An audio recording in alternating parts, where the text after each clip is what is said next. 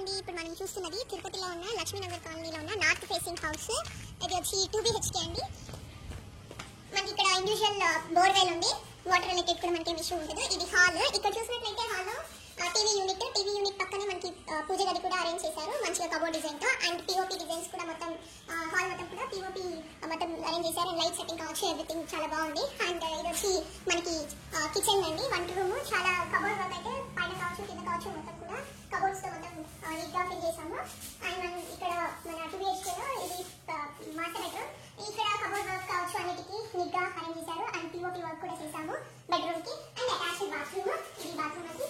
అదే ఇంకా మనం ఇక్కడ చూసినట్లయితే విండో అంతా కూడా మంచిగా ఉంది, మనకి ఫుల్ లైటింగ్ వస్తుంది.